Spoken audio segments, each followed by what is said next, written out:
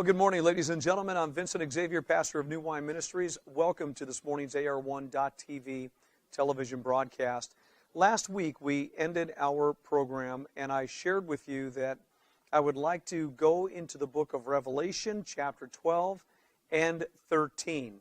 As we move into Revelation chapter 12, we're going to read something that is so phenomenal because it has to do with what's going to be happening in the skies in the month of September of 2017. And we'll get into why that's significant in just a moment. So let's read Revelation chapter 12, beginning in verse 1. There appeared a great wonder in heaven, a woman clothed with the sun, and the moon under her feet, and upon her head a crown of 12 stars. And she, being with child, cried, travailing in birth, and pained to be delivered. What an amazing description. A woman clothed with the sun. The moon is under her feet. Upon her head a crown of 12 stars. She's with child, and she's travailing in birth and pained to be delivered. Well, in the month of September 2017, that exact description is going to appear literally in the heavens. There is going to be a sign in the sun, moon, and stars where there will be a constellation, Virgo. And the Virgin, Virgo, is going to be at a point in the sky for just one night. This will happen one night where the moon will be situated at her feet. There will be a crown of 12 stars. Now, there's normally only 9 stars that are part of this constellation, Leo. But in 2017, there are 3 planets that will be joining the star system to create and to finalize the 12 stars at the crown of her head. The sun will literally be positioned in such a way that she will appear to be clothed with the sun. The sun will be bursting through the constellation Virgo. The moon is at her feet. The stars are upon her head.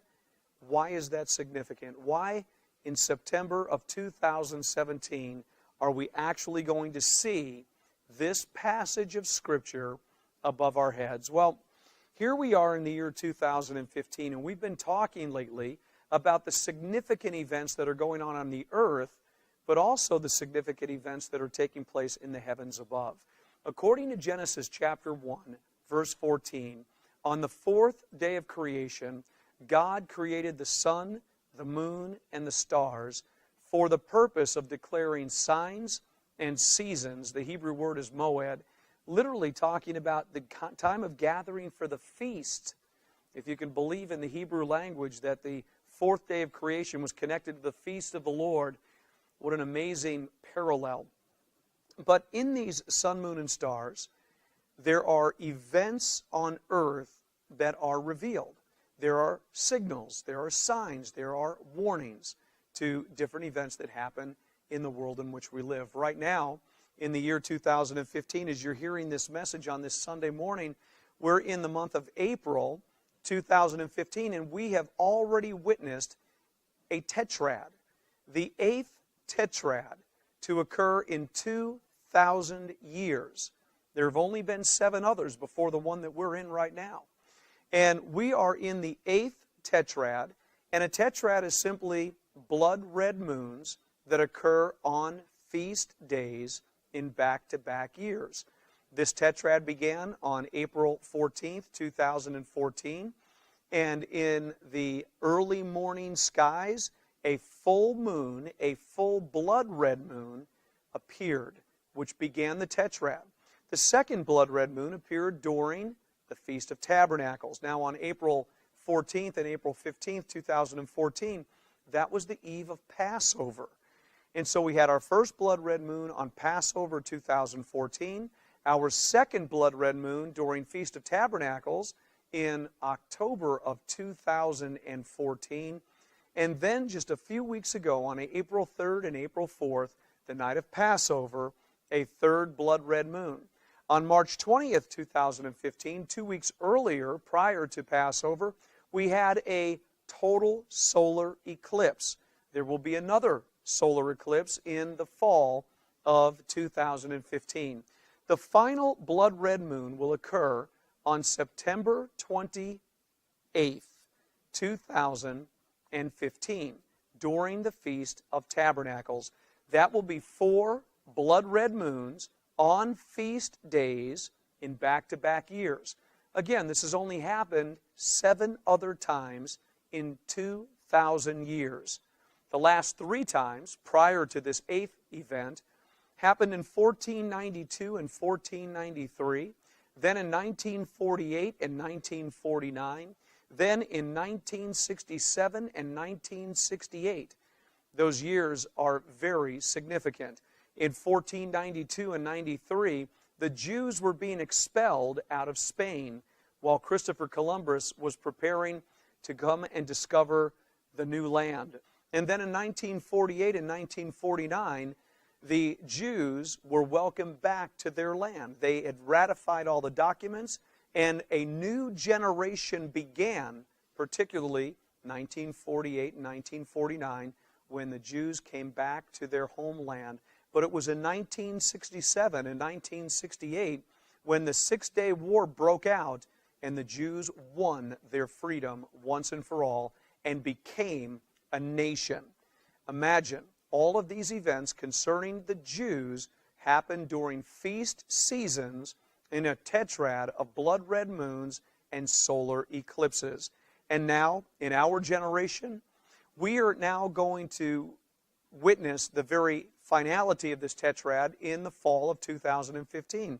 But what we've been noticing since this tetrad began in April of 2014 with the first blood red moon, certain events began to transpire upon this earth. We saw the rise of a group by the name of ISIS or ISIL. We saw Israel go to war in the Gaza Strip, and we saw the Russians go to war with Ukraine. Amazing things began to happen in dramatic ways since our first blood red moon. When our second blood red moon came around in the fall of 2014, an Ebola virus scared and terrified the world. Now, as time has passed by, we're witnessing so many different themes that are happening within our country.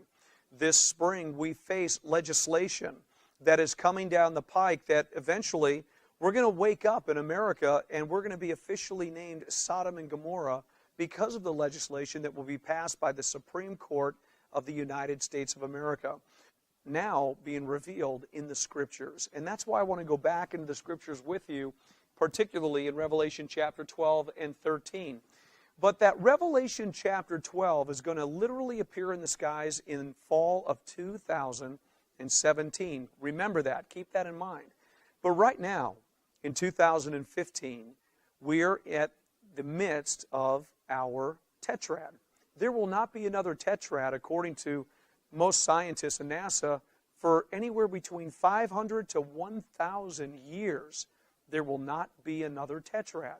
And the number 8 is significant because it refers to new beginnings. 7 is a complete number. Imagine 2,000 years, 7 tetrads. Now our generation, the 8th, a time of new beginnings. And with each blood red moon or solar eclipse, we've seen a level of violence or a level of activity take place within our planet. Things are really boiling at the time that we are living right now. But not only are we in the midst of a tetrad, we have also come, and we are now in the midst of what is known as a Shemitah year.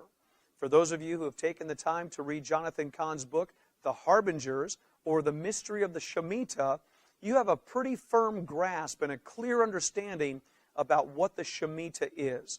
In short, a Shemitah is known as a year of release. It's a biblical word, it's a Hebrew word, and it's a biblical theme.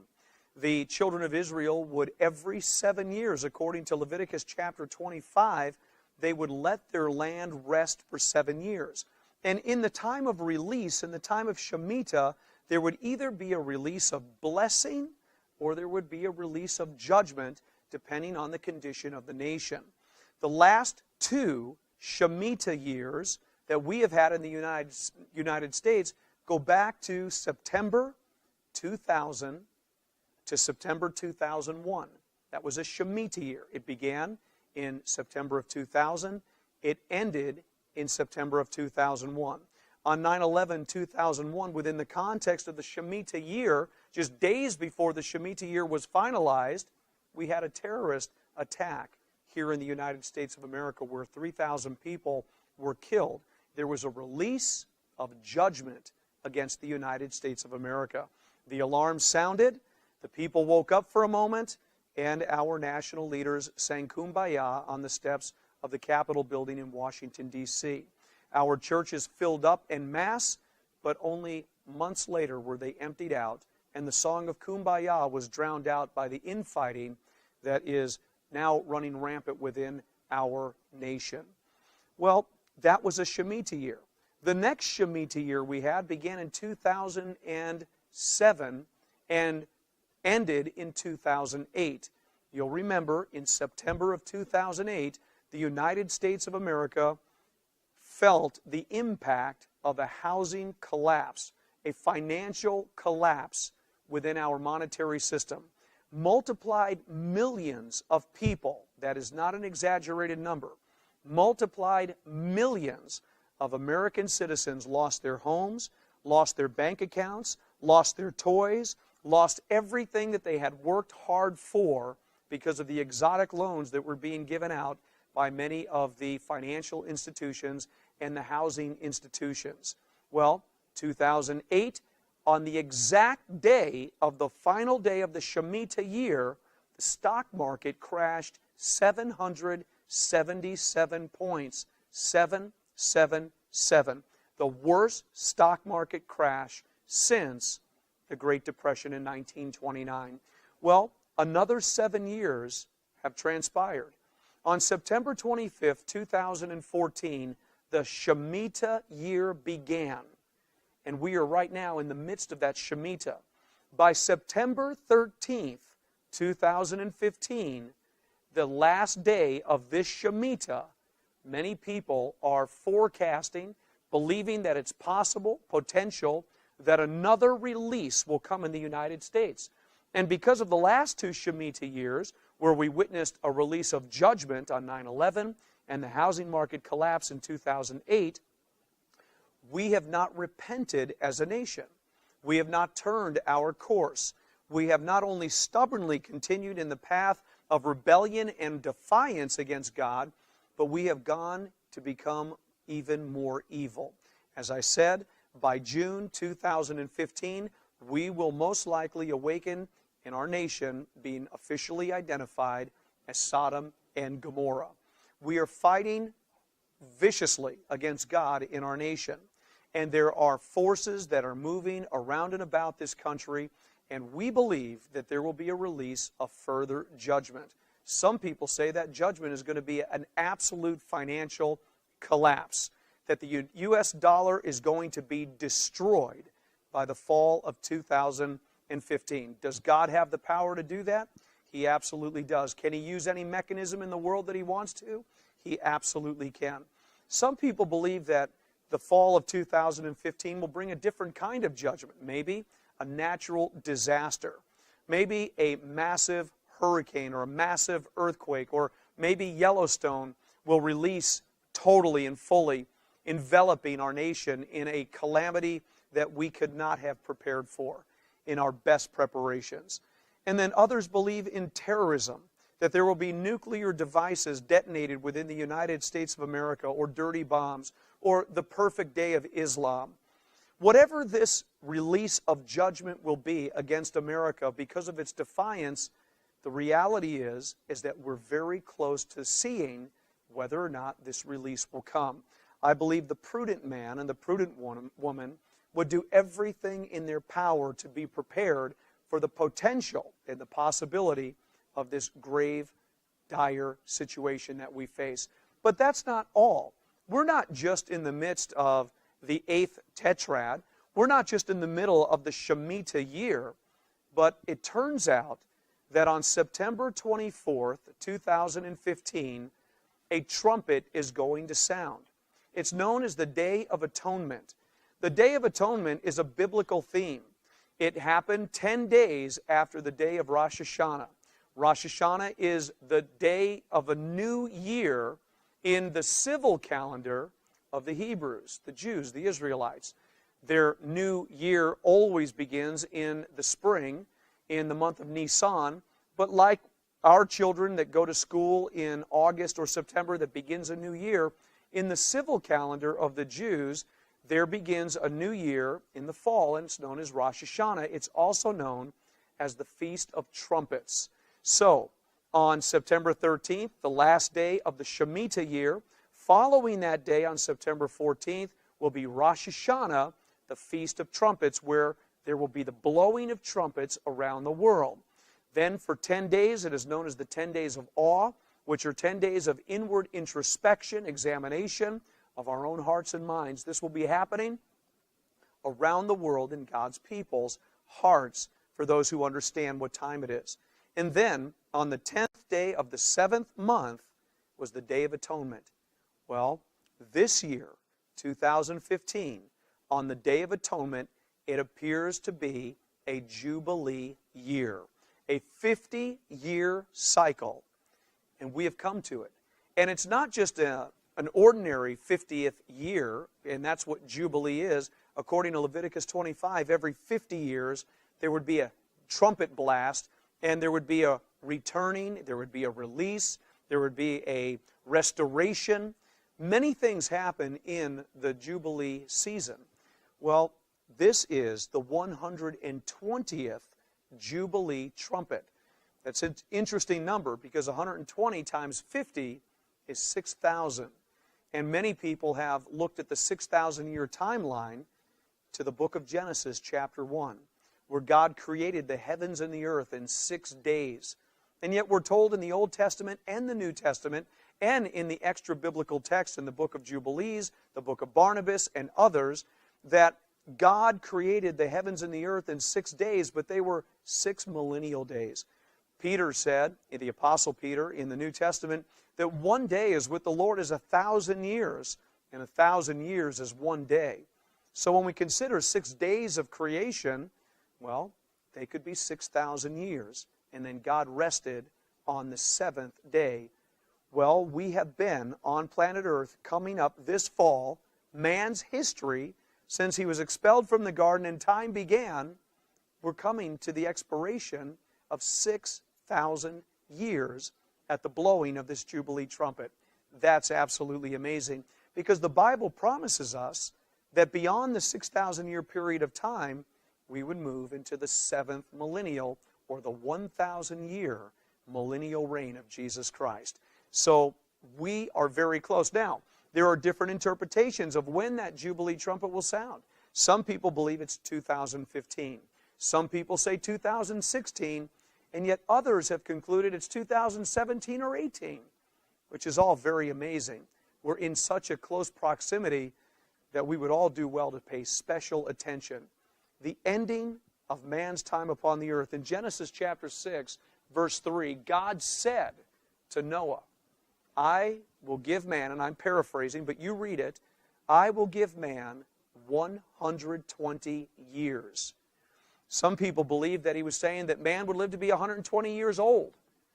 The sages, the rabbis, understood giving man 120 years. God was saying, I'm going to give man 120 jubilees, which would be a total of 6,000 years, where man's government, man's ways would be back in the earth, but then the 7th millennium, God would come and take back the earth and bring His government into it.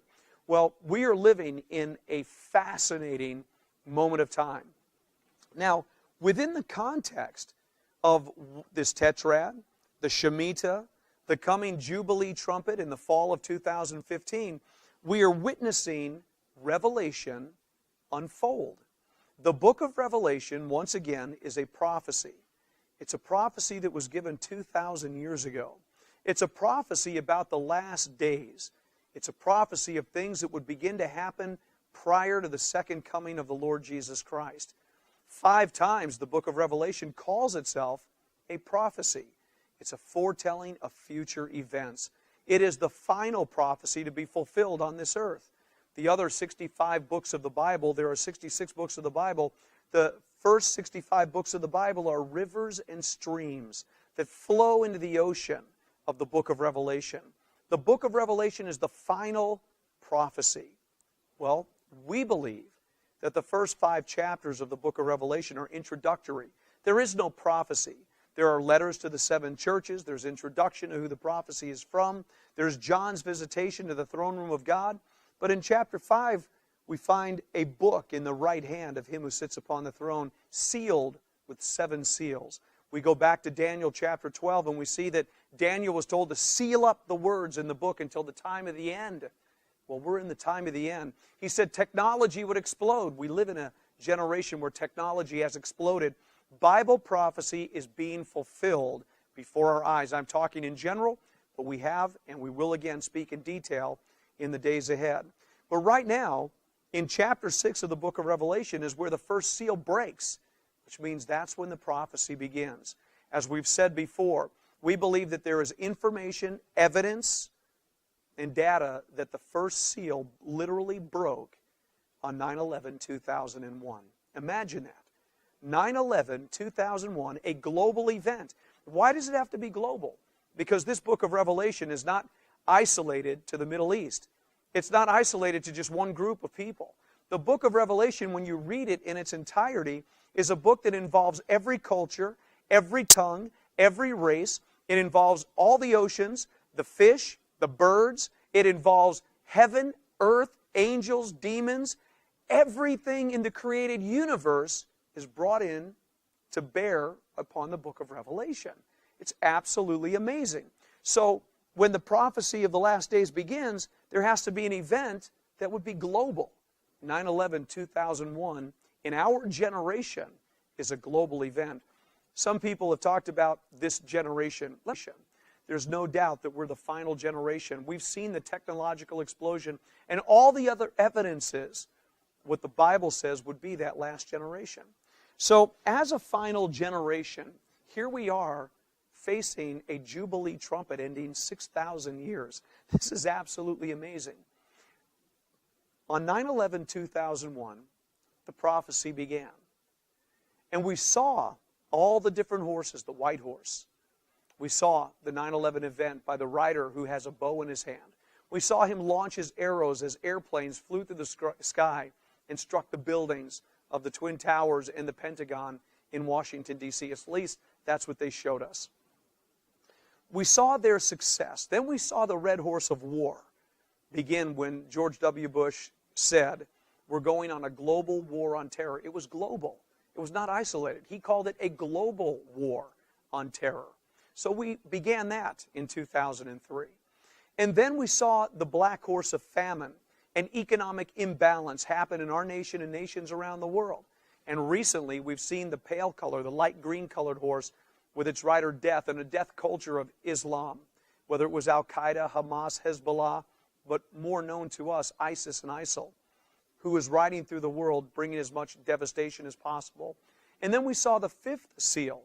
The 5th seal opened with the martyrs who were killed for their faith in Jesus Christ, crying out, how long, O Lord? And he said, rest a while till your brethren are killed like you. And we are seeing martyrs die all over the world today. So have we seen the first 5 seals open? Absolutely. What follows that? We've talked about it, the 6th seal. The 6th seal begins with a massive global earthquake that moves every mountain and island out of its place. It is so big that the sun turns into blackness and the moon turns into blood. And the stars appear to be falling towards the earth. This seems to be a cometary release or an asteroid shower, meteorite shower, where the stars are falling towards the earth. Well, we have those exact descriptions right now. We've had, in this spring of 2015, a solar eclipse. The sun became black as sackcloth. We've had our 3rd blood red moon. And so we see a description lining up with Bible prophecy, and we're expecting this spring to see a release, the potential, the possibility of the 6th seal that begins what is known in the Bible as the day of God's wrath. It's the Lamb's wrath. And in that time, the people of the earth are subdued for a moment from all the evil they've been doing. and they realize that something has shifted in the atmosphere following this spring's opening of the sixth seal, if we're correct in our assessment, and the sixth seal actually does open this spring, if we're right about that, well, after this event, for the next several months leading up to the fall of 2015, there will be what is known in the book of Revelation. The very next thing that happens after the sixth seal event is the sealing of the saints, where the 144,000 are sealed. These are the overcomers within this generation that will be sealed and kept by the power of God, where the coming tribulation will have no power over them. So I would expect to see a sixth seal event in the spring of 2015. Then I would expect that there would be saints all over the world that would go through a very special sealing if you're an overcomer. And then, in the fall of 2015, on September 14th, the Feast of Trumpets, and then 10 days later, the Jubilee Trumpet. Well, what follows in the book of Revelation, chapter 8, 9, 10, and 11? Well, the seven trumpets by the seven angels. I believe that those seven trumpets will begin the 7-year period known as the tribulation. I believe they will begin, and they will begin the fall of 2015, and by the time we get to September of 2017, remember what I said earlier, in September of 2017, there will be a woman named Virgo, clothed with the sun, the moon under her feet, 12 stars upon her head, and she will be in travail. And there will be a planet literally exiting her birth canal area. This is all going to be in the sky in 2017. So if we're right, if our events are right, if the Bible is becoming so easy and calculated and observable, then according to what has been in the pattern, if the pattern holds, and we see the sixth seal event, we see the trumpets begin to blast in 2015, we're going to see tribulation, because each one of those trumpet blasts, there's global change again. There's impact. There are things that begin to happen around the world to reshape everything. The world will go into a time of chaos. We expect that to begin in the fall of 2015, and especially if we see this sixth seal event. Hi, once again, I'm Vincent Xavier. I'm so glad you've been tuning into these AR1.TV television broadcasts.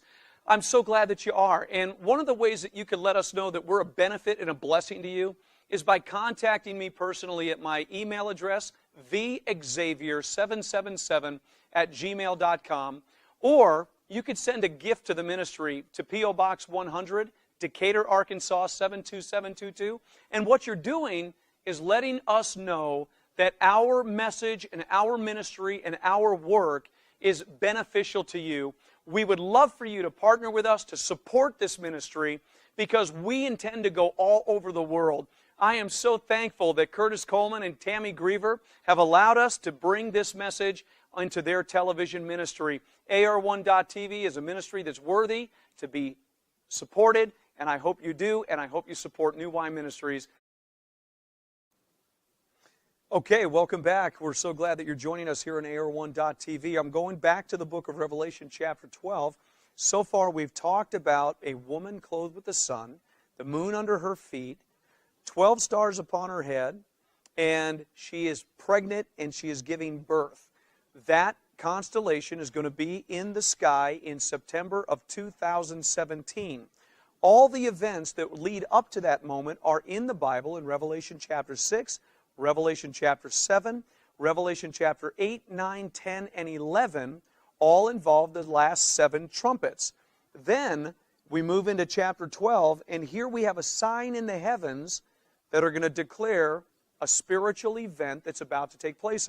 Now, what is the other sign in Revelation chapter 12? We read in verse 3, "And there appeared another wonder in heaven, and behold, a great red dragon, a great red dragon, having 7 heads, 10 horns, 7 crowns upon his heads, and his tail drew the third part of the stars of heaven, and did cast them to the earth, And the dragon stood before the woman, which was ready to be delivered, for to devour her child as soon as it was born. So we have this other sign in Revelation chapter 12 of a great red dragon that wants to devour a man-child that is going to be birthed into the earth. Now, many people look at this man-child as Jesus. I have a problem with that in this sense. I believe that Jesus Christ was already born. He already went to the throne by the time John received this revelation almost 100 years later. And so, who is this child that is being born? It's not Jesus, it is Christ. But it is not Christ singular, it is Christ plural. For the firstborn Son of God, says Hebrews chapter 2, is bringing many sons to glory. It's also known as the man-child ministry. Not a singular man-child, but a corporate man-child. Many sons who have been conformed into the image of the firstborn Son. Now, there's a lot of teaching and doctrine connected to that whole idea we could spend hours upon. But we need to look at what's happening here. By the time 2017 rolls around and that sign is in the sky, it's telling us something. It's telling us something's coming. I believe it's telling us Revelation 12's coming. What is that great red dragon? These are the satanic forces that are going to rise for what is known as the second half of the tribulation period. The second half of the tribulation period, a 7-year period, is what is known as the Great Tribulation. The first 3.5 years are mild in comparison.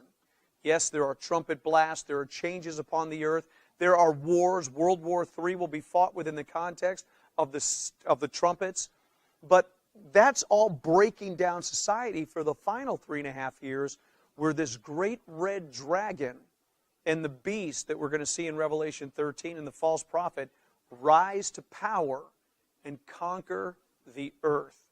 And so we read about this great red dragon making war with the sons of God that are going to be coming forth into the earth.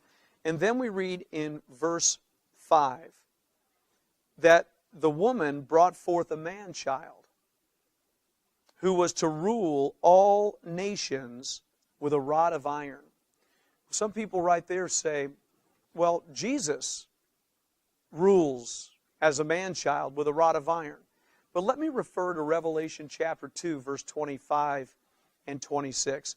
Revelation chapter 2, verse 25 says this, "But that which you have already, hold fast till I come."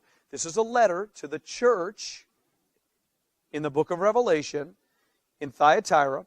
And he says, hold fast till I come. Verse 26, "And he that overcomes and keeps my works unto the end." So the question is, are you an overcomer? And am I an overcomer? Are we striving to be overcomers, keeping the works of Christ to the end? Well, he who does, will I give power over the nations.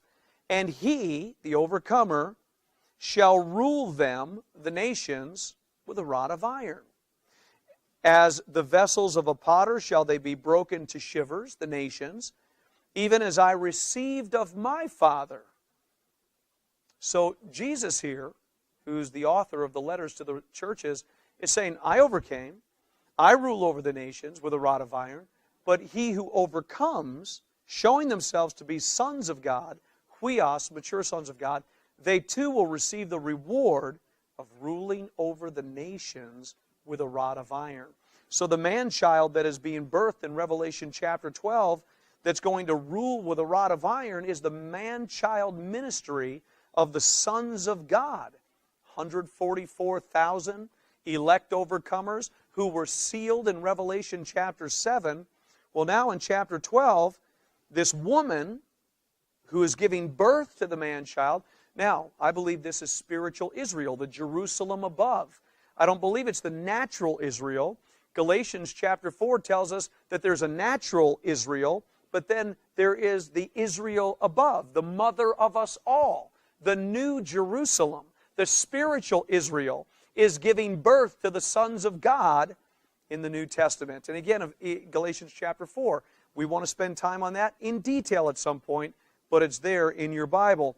Well, this woman, this church, this spiritual Israel, it says in verse 6 of Revelation 12 that she fled into the wilderness. Now listen, this woman is going to flee into the wilderness at the rising of the great red dragon.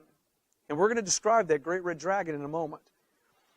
Where she has a place prepared of God. Notice this woman is not getting raptured. She's not disappearing off the face of the earth. She's fleeing into the wilderness where God has prepared a place for her that they, listen how this reads this, that they should feed her there 1,260 days. What is 1,260 days? That's 1,260 days, also known as 3.5 years or the 42 months. The 3.5 years of the coming great tribulation that'll follow the trumpets, this woman will be in the wilderness. God will have prepared a place for her. I believe that the wilderness in our world today are different areas of refuge around the world. I don't believe there's just one Petra. I believe that there are mountains of Judea. I believe that there are Petras. I believe there are Goshens. I believe that there are refuge around the world that God has been preparing for this time of the great tribulation where this spiritual Jerusalem, the New Jerusalem, is going to be taken care of. Literally, they are going to feed her for 3.5 years. I find that to be absolutely amazing. Well, when does this begin? The sign is going to be in the skies in the fall of 2017. I suspect, if the pattern holds, that this fleeing into the wilderness will begin in the fall of 2017, but the actual event of the persecution or the beginning of the Great Tribulation will take place in the spring of 2019. The spring of 2019, which will be the midway mark between the 7-year tribulation period.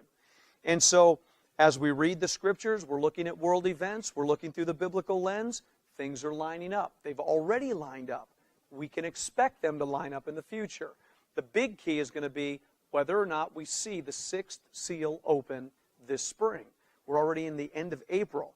It brings us to May and a part of June.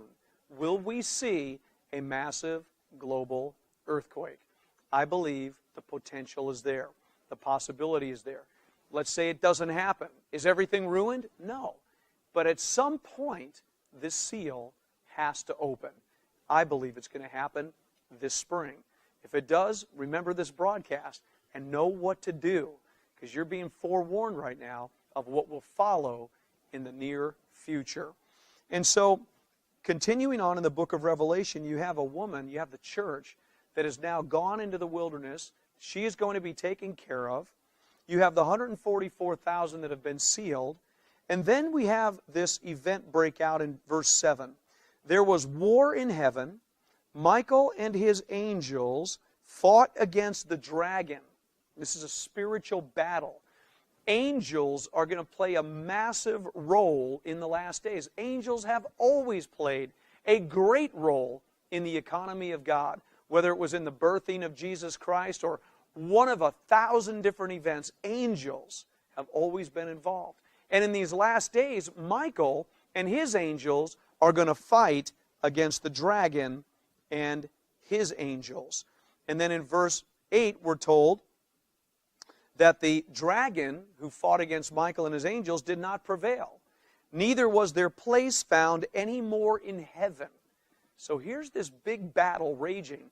And then suddenly, in the spiritual realm of heaven, they don't exist any longer. What happens? It says, the great dragon was cast out, that old serpent called the devil and Satan, which deceives the whole world. he was cast out into the earth, and his angels were cast out with him. What's going to make the great tribulation so great is that the powers of darkness that most have been battling in a spiritual sense, in an invisible battle, are going to now be facing these powers right here on planet Earth. Satan is going to manifest on this planet in what we know as the Antichrist, the beast, and he's going to be backed by this great red dragon known as Satan, the devil. And so Earth is going to change in its climate. There won't be any light. As we enter into chapter 13, you're going to see again what the world is going to look like. You and I are moments away from being there. The beginning of this time coming to pass is right before us. It's right here. It's at hand. We're so close to it. And so, in verse 10, I heard a loud voice saying in heaven, "Now is come salvation and strength and the kingdom of our God and the power of His Christ. For the accuser of our brethren is cast down." So the heavens are rejoicing at this moment. The satanic accuser that accuses the brethren night and day, we're going to see that in just a moment, he's now gone. The heavens are getting cleaned up here, but it says that this accuser of our brethren is cast down, which accused them before our God day and night. Verse 11, and they overcame him by the blood of the Lamb. Who overcame this dragon? The saints. We overcome him by the blood of the Lamb and by the word of their testimony, and they loved not their lives unto the death. You know, there are people right now that are being killed. They are being beheaded, who are not loving their lives unto death. They will not bow to Allah. They will not give credence to the false prophet Muhammad. They are standing their ground, believing in Jesus Christ and praising God as they are being killed. This is happening before our eyes in our generation in an upgraded way. It says in verse 12, therefore rejoice, you heavens, and you spiritual people of God, and you that dwell in them. Woe to the inhabitants of the earth and of the sea, for the devil is come down unto you, having great wrath, because he knows that he has but a short time. Wow. The devil actually knows. At this point in the history of God's economy, his time is now short. So he comes to the earth with great wrath, with one specific purpose in mind: to steal your soul, to steal my soul, to kill you, to take you away from God forever. This is what he wants. He doesn't just want your head. He doesn't just want to shed your blood. He doesn't just want to kill us. He wants to destroy our relationship with God. So he comes into this earth with great wrath. And then we're told, because he knows that he has a short time, in verse 13, and when the dragon saw that he was cast unto the earth. Folks, I'm telling you, this scripture in Revelation 12, 2017, the sign of this is going to be in the heavens. This is close to happening. And when the dragon saw that he was cast unto the earth, he persecuted the woman which brought forth the man-child. So persecution is coming. And to the woman were given 2 wings of a great eagle, that she might fly into the wilderness, into her place, where she is nourished for a time, that's a year, and times, that's 2 more years, making 3, and half a time, which is a half a year, that's 3.5 years, from the face of the serpent. So this again is the woman going into the wilderness. She is going to be preserved and protected. There will be a level of persecution. And then what happens? In verse 15, the serpent cast out of his mouth water as a flood after the woman. So now he's going to spew water like a flood out of the mouth of the dragon, for the purpose that he might cause her to be carried away of the flood. And the earth helped the woman, and the earth opened her mouth and swallowed up the flood. That means the The inhabitants of planet Earth are going to swallow up this satanic flood that was intended for the woman. She's going to be preserved. And then it says, this flood came out of the dragon's mouth in verse 17, and the dragon was wroth with the woman. Wroth means really angry. The dragon was wroth with the woman and went to make war with the remnant of her seed, which keep the commandments of God and have the testimony of Jesus Christ. So we're at a time where we're seeing levels of violence rise in different people groups. That is the preceding presence of the dragon himself. He is so angry at this woman and those who have the testimony of Jesus Christ and those who keep the commandments of God. He's not angry at anybody else. He has wrath against this people group. You and I. What does he do? He goes to make war with the remnant of her seed. Are you the seed? Does the seed live in you? Well, absolutely yes. Do you keep the commandments of God? Do you have the testimony of Jesus Christ? Yes. That means the war is against you if you're alive at this time. But what does he use as a mechanism of war? The very next verse in your Bible is Revelation chapter 13. And it says in Revelation chapter 13, verse 1, that I stood upon the sand of the sea. So this is now John in the Revelation. Revelation 12, verse 17, ends with the dragon is wroth and comes to make war with the remnant of her seed. Then, the very next verse, I stood upon the sand of the sea and saw a beast rise up out of the sea. The mechanism of war that the great dragon is going to use against those who have the testimony of Jesus Christ and those who keep the commandments of God is what we're reading here, a beast. Who is this beast? Who is this dragon? Well, it says that this beast has 7 heads. It has 10 horns. Upon his horns are 10 crowns. And upon his heads the name of blasphemy. Let me tell you right now, according to Daniel and according to Revelation chapter 17, this beast is an empire. It is a government. It is a kingdom. It has a king. These 7 heads are 7 kings. And these 10 horns are another 10 horns of power. It's all in Revelation chapter 17. And when we have time to go into detail, we will.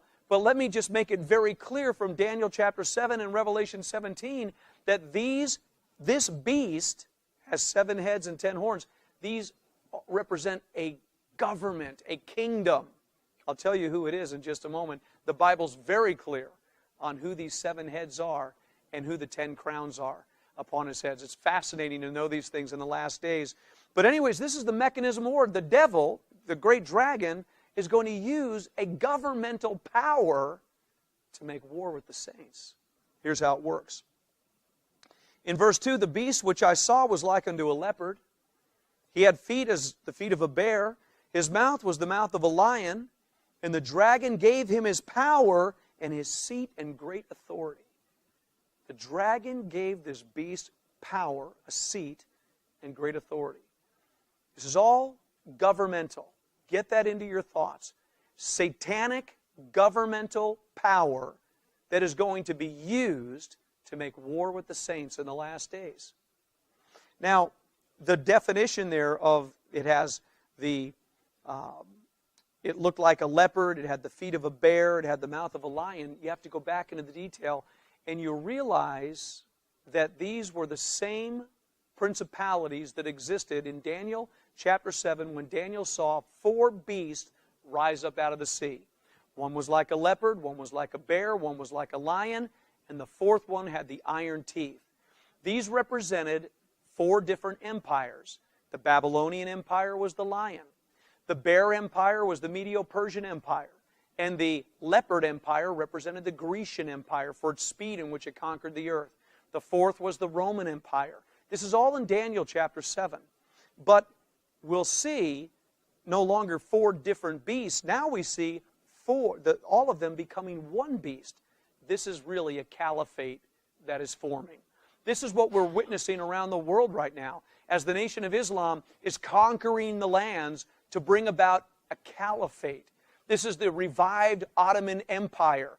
This is all the empires of Egypt, Assyria, Babylon, Medo-Persia, Greece, Rome, all of them becoming one empire in the last days, and each one of them having a very specific part that plays to the whole.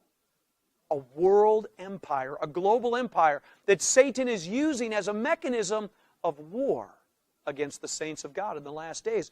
In verse 3 we read, "And I saw one of his heads as it had been wounded to death, and his deadly wound was healed." A lot of people say that's part of the Egyptian empire or communism, and they have different ideas about this. But there's a healing of this beast system, one of the heads. "And all the world wondered after the beast." Not some of the world, all of the world. The world, the earth is opening its mouth, it's swallowing the flood. The world is deceived, and it's now wondering, literally worshiping the beast, this governmental power, this global one world government power. Verse 4 says, "And they worshipped the dragon, which gave power unto the beast, and they worshipped the beast, saying, Who is like unto the beast? Who is able to make war with him?" That's what's coming. How deceived is the world going to be? You and I are living in a world right now where people are so obviously deceived. Look what we're doing. Well, not only is the world going to get more deceived, but it's going to be worshiping homosexual agendas, abortion, corruption. It's going to be worshiping everything this beast will stand for, which is totally anti-Christ and anti-God. Verse 5, it says, "There was given unto him," the beast, "a mouth, speaking great things and blasphemies. And power was given unto him to continue 42 months. There's your 3.5 years, or your 1,260 days. Then it says in verse 6, "And he opened his mouth in blasphemy against God." Now, when the Nation of Islam stands up and said, "Allah has no son," they're blaspheming the Son of God. They're blaspheming the work of the Holy Spirit. There's only one people group in the world right now that is as open and violent against Christ as the Islamic world is. I mean, they're the only ones beheading. Allah has no son. The Antichrist will come from that part of the world. He will be a Mahdi that will stand in the temple that will have been rebuilt by the time this begins. I believe this begins in 2019 in the spring. And everything between now and that time is ready to just open. Everything is opening. But then it goes on to say, not only does he open his mouth to blaspheme God, he blasphemes his name and his tabernacle and them that dwell in heaven. A time of blasphemy against Christ, against God, against the temple of God is coming. Do you see it yet? Are you feeling it? Are you hearing the four winds of this beast? It's stirring. The nations of the earth are in an uproar. Daniel chapter 7, the sea was in turmoil, political and social agitations, and out of this turmoilous sea came four beasts. In the last days, political and social turmoil. A beast, a global one world government comes to power. And what happens in verse 7? "It was given unto him to make war with the saints, and to overcome them. And power was given him over all kindreds, and tongues, and nations. And all that dwell upon the earth shall worship him, whose names are not written in the book of the life of the Lamb slain from the foundation of the world." So if your name is written in the book of life, you're the target. You see where it's going? And then, in verse 9, "If any man have an ear to hear, let him hear. He that leads into captivity shall go into captivity. He that kills with the sword must be killed with the sword." Here is the patience and the faith that I need to get to verse 11. "And I beheld another beast coming up out of the earth, and he had two horns like a lamb, and he spoke as a dragon." This is a false prophet. "He exercises all the power of the first beast before him, and causes the earth and them that dwell therein to worship the first beast." This is the prophet that will come like Muhammad, who calls the world to worship Allah, if you will. Same way. Then, he causes all to worship the first beast whose deadly wound was healed. Verse 13, you ready? He does great wonders so that he makes fire come down from heaven on the earth in the sight of men, and deceives them that dwell on the earth by the means of those miracles which he had power to do in the sight of the beast, saying to them that dwell on the earth that they should make an image to the beast, which had the wound by a sword and did live. He had power to give life unto this image of the beast, and the image of the beast should both speak and cause as many that would not worship the image of the beast should be killed. That happened in Babylon several thousands of years ago when Nebuchadnezzar was the king of Babylon. Shadrach, Meshach, and Abednego, Daniel, were part of the people that went down into Babylon that were told to worship the image of the king, Nebuchadnezzar. Well, this beast empire is going to have an image, and people are going to be told to worship it, and those who don't will be killed. And thus we're going to see something that happened in Iraq, Babylon, thousands of years ago, repeating all over the world. And then finally, the real point of our message here today, he causes in verse 16, both small and great, rich and poor, free and bond, to receive a mark in their right hand or in their foreheads, and that no man might buy or sell, save he had the mark of the name or the number of his name. So if there's no mark that you receive in this world system, if we're right around 2019 for this 3.5-year Great Tribulation period, if you don't receive the mark, you can't buy or sell. You can't buy gas. You can't go to the store and buy food. You will not be able to buy or pay for your electric bill. You will not be able to go to the gas station to get gas for your car. This is the mechanism of war that the dragon is going to use to overthrow the faith of the saints in the last day. His anger is so intense, he wants to drag people into the lake of fire with him. And unfortunately, the Bible says in the last days, many would fall away from the faith in a great apostasy. And deception will be so great that the majority of Christians will say, Lord, Lord, open unto me. And he will say, depart from me, worker of iniquity. I never knew you. We are so close to this Bible prophecy being fulfilled. It's surrounding us. It's breathing around us. It's moving in such a dramatic way. To deny it is short-sighted. Be afraid, wrong response. Prepare. Prepare the body, prepare the spirit, the mind. Prepare for what's coming. If you can't buy or sell without a mark, how are you going to take care of your business? You need to get your food now, your water now, your place to go outside in the wilderness now, your security now, and your communication now, and a community of believers that you could walk with confidently. The very best are going to be challenged in the days ahead. Right now, we believe we're okay. It's not okay around the world. It won't be okay very soon. That is Revelation 12 and 13. And in the context of the times with the tetrads, the blood red moons, and all the other events we talked about, dear friend, we're close.